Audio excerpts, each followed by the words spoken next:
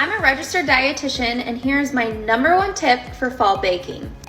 With fall comes pumpkin season, and with all the pumpkin recipes, many call for canned pumpkin. And there is one simple mistake that many shoppers can make at the grocery store that may be a sneaky source of extra added sugars.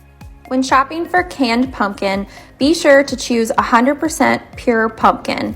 This will ensure that the only ingredient in this can is pumpkin and that there is 0 grams of added sugars in this product. One mistake consumers do make is that they may purchase this pumpkin pie mix, which comes in a can and can be easily confused with the 100% pure pumpkin. The issue with this option is that if you purchase the pumpkin pie mix, you aren't just going to be getting pumpkin, but extra ingredients within the product, which adds about 16 grams of added sugar per 1/3 of a cup.